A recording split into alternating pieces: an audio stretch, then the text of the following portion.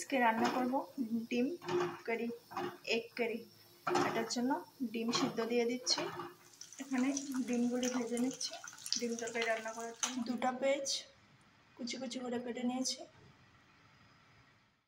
কড়াইয়ের মধ্যে তেল গরম করার পর তেজপাতা দিয়ে পেঁয়াজ দিয়ে এখন লবণও দিয়ে দিয়েছি। এগুলো একটু নেড়ে চেড়ে যখন লাল হবে তখন মশলাগুলি,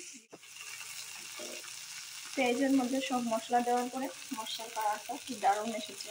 এর মধ্যে আদা রসুনের পেস্ট দিয়েছি, জিরা ধনিয়া আর হলুদ গুঁড়া লঙ্কা দিয়েছি, কাশ্মীরি লঙ্কা, আর এলাচ দেবো 2টা।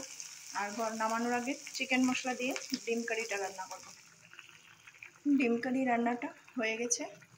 এটা ডিম কারি বানাচ্ছি তাই ঝোল কম থাকবে, হালকা হালকা থাকবে, এটা গ্রেভি গ্রেভি হবে। আমার ভিডিওটা যদি ভালো লাগে তাহলে একটা ছোট্ট কমেন্ট আর লাইক সাবস্ক্রাইব করে দেবেন। টাটা বন্ধুরা।